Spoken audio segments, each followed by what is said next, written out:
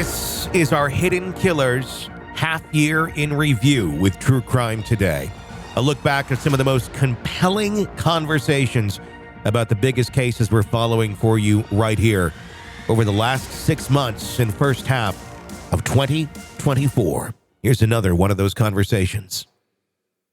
This is the Hidden Killers podcast with Tony Brueski. Featuring author, psychologist, and daily contributor, Siobhan Scott. We're learning more and more about the Franke family, Ruby Franke, Kevin Franke, and then, of course, the crazy, wacky neighbor, Jodi Hildebrandt. It could be a sitcom, really. It'd be interesting to see who would play these parts. Unfortunately, it's a horribly tragic story involving just sadistic child abuse, and we've learned so much in the last week as a big document dump and data dump has come out, seeing some of the police cam body footage and what these children were enduring in that home. I mean, the first thing that came to my mind, Siobhan, was like Auschwitz type, these emaciated children locked in closets and just, I don't know. I don't know how anyone as a parent would look at this and go, oh yeah, this is how I should be parenting, or as they've been doing it. God's will.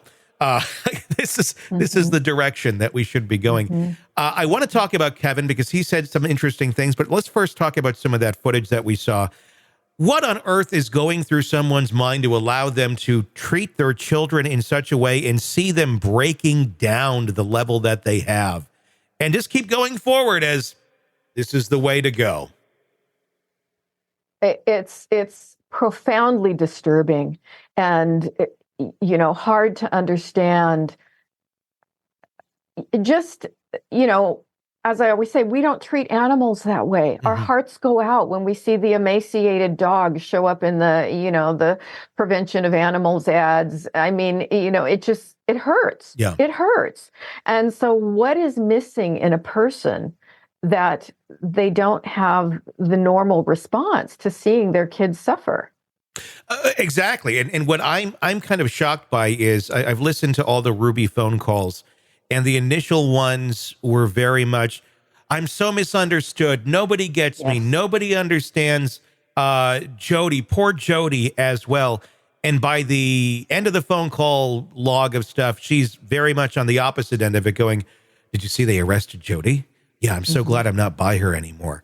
Can you talk to that at all of just how one can flip their outlook so quickly, but yet stand by this horrible behavior and still believe it, but then kind of slowly drift herself back away from it? I don't know if it's an act or this is some sort of messed up mental state that one is coming out of.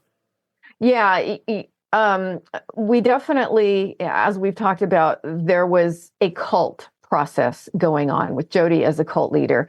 And she clearly had been influencing Ruby and Kevin, but I think they both had their own pre-existing personality problems, which made them vulnerable to someone like Jodi.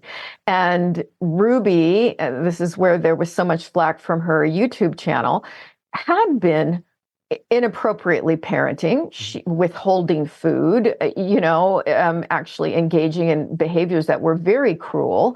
She didn't have a sense of empathy for her kids. Who withholds food from 6 and 8 year olds, so her thinking was off.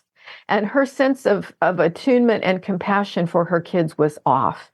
And in one of the interviews I watched about Kevin was saying, oh, well, I fully supported the discipline, when they were going through this 8 Passengers YouTube show. And he was backing her all the way. So you had a pair of people, a mom and dad, who had a missing piece from the beginning. And I think that then allowed them both to be more vulnerable to Jodi. And Jodi was clearly sadistic. I mean, there was so much wrong with her. Let's talk about the interesting dynamic there and about Kevin a little bit in this case of Ruby Franke and Jodi Hildebrandt. One of the things I've been finding interesting is just knowing how the Mormon belief system works is the male is usually the head of it. What they say goes. It's how their doctrine and such works. That's not been the case here at all. Kevin has always kind of been in the background of a lot of these things, kind of just going along with whatever. And Ruby really kind of calling the shots to the extent that she takes the kids away and goes and lives with Jodi, but yet there's still these practicing Mormons, yet flying in the face of what their belief system is. And no way am I saying that the man needs to be that. I'm just saying how their system works and how what they're doing was contradictory to what they were professing to believe. Right. It's really interesting. The thing that I thought was so profoundly bizarre from the beginning with this was the fact that he had moved out of the home and disconnected completely from his children. You're a dad. How many of us could do that? My kids are in their 40s and I still call them once a week, just to know how you're doing. Yes. And it's bizarre that he would go along with this plan, apparently dictated by Jodi and then demanded by Ruby, that you go away, and that he would go along with that. That again shows, he's an odd guy. Obviously a really intelligent guy. He's got money. He's, socially got some power. He could do basically anything he wants. He could have fought that legally. He didn't have to agree to that. He didn't have to move out of the house. But there's this bizarre passivity with him. And I found him in the interviews with the police, I found him odd. I found him kind of concrete in his thinking and just a strange guy. Being that there was no legal reason why he wasn't seeing his children other than he just didn't and thought that he had to somehow appease Jodi and Ruby to get back into their lives. I mean, it's very bizarre, and it makes you wonder how much control. I mean, she clearly did have control over him. And Jodi certainly did as well.